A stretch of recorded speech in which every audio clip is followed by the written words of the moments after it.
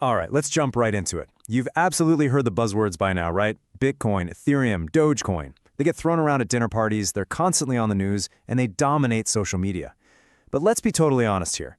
Very few people actually understand the nuts and bolts of how this stuff works. So today, in this explainer, we are going to peel back the layers. We're going to break down exactly what crypto is, how the underlying engine operates, and why it's fundamentally changing the financial landscape as we know it. You know, the sheer emotional whiplash this topic causes is honestly fascinating. For some people out there, cryptocurrency is literally the future of money. It's this digital gold rush where everyday folks have made life-changing wealth seemingly overnight with coins like Bitcoin or Solana. But then, on the flip side, for others it represents crushing financial losses, incredibly confusing technology, and a landscape that is just filled with anxiety. It sparks incredible excitement, but it also sparks genuine fear. So what is actually happening here? Why does a digital coin suddenly skyrocket to the moon only to plummet back down to Earth just a few months later? Well, to make sense of all that, here is our roadmap for today's explainer. First, what is cryptocurrency? Second, the blockchain engine. Third, currency or risky investment. Fourth, key terminology. And finally, number 5, pros and cons. We're going to take it step by step. Okay, Section 1. What is cryptocurrency? Digital, decentralized, and cryptography secured. The absolute most crucial point is actually hidden right there in the name itself. Crypto comes from cryptography, which is essentially a high-tech method of hiding or securing information to keep it completely safe from prying eyes. And currency, well, that just means money. So put them together, and cryptocurrency is simply digital money that's secured by cryptography and exchanged across a vast computer network. Because it is purely digital, it has zero physical form. You know those stock images of shiny gold bitcoins you always see on the news? Yeah, those don't actually exist. It is all just online data. Now you might be thinking, hold on, my US dollars or my euros on my mobile banking app are digital too. What's the real difference? The difference is the middleman. Traditional money is completely controlled by central banks, and when you want to send money to a friend, a bank has to sit in the middle and process that transaction. With cryptocurrency, you are sending those digital funds directly to your friend. No bank, no middleman, just a direct connection. And this fierce desire to cut out the middleman is exactly why this whole technology was created in the first place. Let's go back to 2009. An anonymous person, or hey, maybe it was a whole group of people we still don't know, using the pseudonym Satoshi Nakamoto created Bitcoin. To this day, the true identity of Nakamoto remains a complete mystery. It's wild, but their goal was crystal clear: to create a financial system entirely free from central bank or government control. Basically, some people simply did not like the idea of governments having absolute control over the money supply, so Nakamoto built a system where people could exchange value directly with each other, completely bypassing those traditional central authorities. Moving right along to Section 2, the blockchain engine. Let's look at how this system actually works under the hood. So, this is the core technology that makes the entire crypto universe possible without a bank. It's called the blockchain. I want you to imagine a guy named Bob. Let's say Bob has a notebook where every single financial transaction is written down. Once a transaction goes into Bob's notebook in step 1, it is locked in forever. It literally cannot be erased. But here is the absolute genius part, which we see in step 2. Everyone in the network gets an exact copy of Bob's notebook. If Bob decides to be sneaky, tries to hack his own notebook and give himself 10,000 extra coins, everyone else will just look at their own notebooks, see that Bob's math doesn't match theirs, and instantly reject his transaction. Now, every time a page in this global notebook gets full of transactions, it forms what's called a block of data. That block is permanently chained to the previous page, and there you have it, the blockchain. In step 3, a massive global network of computers races to solve incredibly complex math puzzles just to validate this data. And finally, in step 4, the new block is permanently added to the chain. So, no central bank is required because the network mathematically polices itself. Now you might naturally be asking, who owns these computers? And why on earth would they spend massive amounts of electricity solving complex puzzles just to validate some stranger's transaction? Well, the answer is mining. The computers executing Step 3 are operated by people called miners. When their computers successfully solve these heavy, complicated math equations, the cryptocurrency system automatically rewards them with brand new coins. It's an incentive system. This specific method is called proof of work, which is exactly why Bitcoin miners use literal warehouses packed full of super powerful computers to solve as many puzzles as possible. The more they solve, the more crypto they earn. Though, it is definitely worth noting that some newer coins, like Ethereum for example, have evolved to use a different, much less energy-intensive method called proof of stake. And this brings us to a really fascinating midpoint pivot.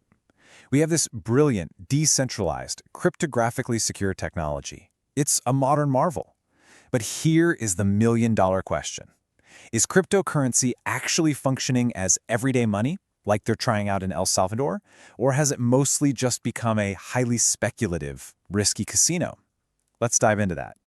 That takes us to Section 3, Currency, or Risky Investment, the reality of extreme volatility. Because a cup of coffee might cost you 0.001 Bitcoin today and 0.002 tomorrow, most people aren't using this as cash. They're using it as an investment. And the real-world numbers that define this volatility are just staggering. Let's look at the highest first. If you had bought Bitcoin back in 2016 when it was sitting around $500 a coin, and you managed to hold on to it until 2024 when it hit $60,000, you would have seen a mind-bending 13,000% return. That is the kind of profit professional Wall Street investors can only dream of. But you have to look at the lows, too. If you had bought Bitcoin at $45,000 in May of 2022 and then panicked when it plummeted down to $16,000 by that December, man, you would have lost 65% of your money in just over half a year. That is a brutal drop. So, what is actually driving these massive, unpredictable swings? Well, the biggest driver, by far, is pure speculation. People chasing quick profits based on popular narratives without really understanding the asset itself. Then you've got media hype. A perfect example. When the media announced that ProShares released the very first Bitcoin ETF, excitement just exploded, and Bitcoin soared to $65,000. But conversely, when China announced a strict, sweeping ban on cryptocurrency, fear spread like wildfire, and the price cratered all the way down to $29,000. Ultimately, it is a market deeply, deeply susceptible to human emotion, specifically greed and fear. All right, Section 4, Key Terminology. It's time to decode all that intimidating jargon you see in the news. First up on the list, altcoins. So Bitcoin was the original, and because of its strictly limited supply, people often refer to it as digital gold. But today, the market is completely flooded with thousands of other options. An altcoin, which is just short for alternative coin, is literally any cryptocurrency that is not Bitcoin. This includes serious, utility-driven projects with smart contract capabilities like Ethereum and Solana, but it also includes meme coins like Dogecoin, which, believe it or not, started as a literal internet joke before skyrocketing in value. Next up is the crypto wallet, which actually brings us to a huge, very common misunderstanding. A crypto wallet does not actually hold your coins. Your coins always live permanently out on the blockchain. So what does your wallet do? It holds your keys. It holds your public key, which is kind of like your bank account number. You can safely share it so people know where to send you funds. And crucially, it holds your private key. This is your highly sensitive, top secret password proving you actually own those coins. Wallets basically come in two forms. You have hot wallets, which are connected to the internet. They're super convenient for trading, but they are vulnerable to hacking. Then you have cold wallets, which store your keys offline, usually on a physical hard drive, making them incredibly secure from digital thieves. But listen, cold wallets come with their own unique set of risks. Consider the legendary and frankly tragic story of a guy named James Howells. Get this, he accidentally had his partner throw away an old computer hard drive. Well, that hard drive happened to be a cold wallet containing the private keys to 8,000 Bitcoins. Let that sink in.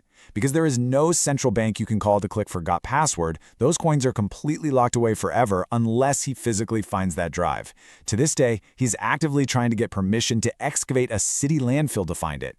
It is a very stark reminder of the ultimate personal responsibility this technology demands.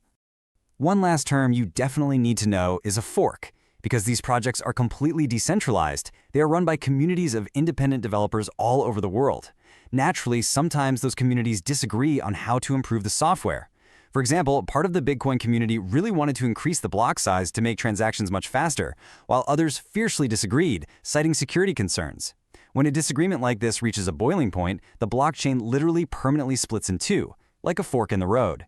The developers who wanted the changes went down one path, creating a brand new coin called Bitcoin Cash, while the original, unchanged approach remains simply as Bitcoin. Which brings us to our final segment, Section 5, Pros and Cons. Let's take an impartial look at weighing this digital frontier. Let's start with the advantages, because they are undeniably significant. First off, true decentralization. No single government or entity can arbitrarily inflate or control the supply of a coin like Bitcoin. Second, it is highly accessible.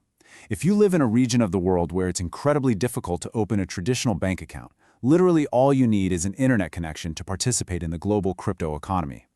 Third, it offers true 24/7 flexibility. You could send millions of dollars halfway across the globe at 2 a.m. on a Sunday for a fraction of what a standard bank wire would cost.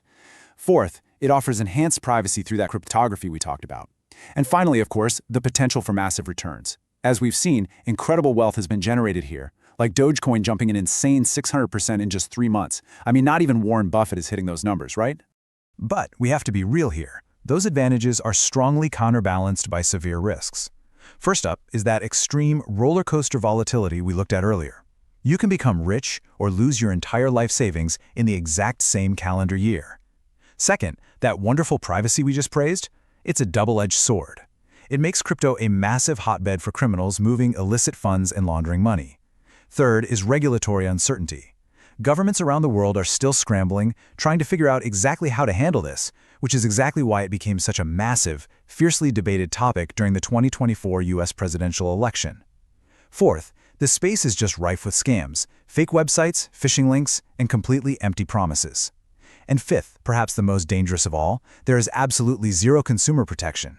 Because there is no bank acting as a safety net, if you accidentally send your coins to a scammer, that transaction is mathematically irreversible. Nobody is coming to get your money back. So, after all that, what is the practical solution here? If you're sitting there intrigued by the potential, how do you actually navigate it safely? Well, the rule of thumb is you must completely detach your emotions. You have to avoid FOMO, that nagging fear of missing out. Do not just jump into buying a coin because you see some flashy influencer bragging about it online. You have to conduct deep objective research. You need to understand what the coin actually does, who the developers behind it are, and critically, you need to fully understand the risks you are taking before you ever put a single hard-earned dollar into the system. And that brings us to our final thought for today. We've demystified the blockchain, we've weighed the risks, and we've explored the wild volatility. So I am tossing this question over to you. Based on everything you've just learned, do you actually believe cryptocurrency will eventually mature enough to replace traditional money? Or is it destined to just remain a highly speculative, volatile digital experiment forever? Think about it. And hey, if you want to keep exploring fascinating topics like this with us, make sure to subscribe and definitely leave your answer to that question down in the comments below. Thank you so much for joining me on this explainer, and I'll catch you on the next one.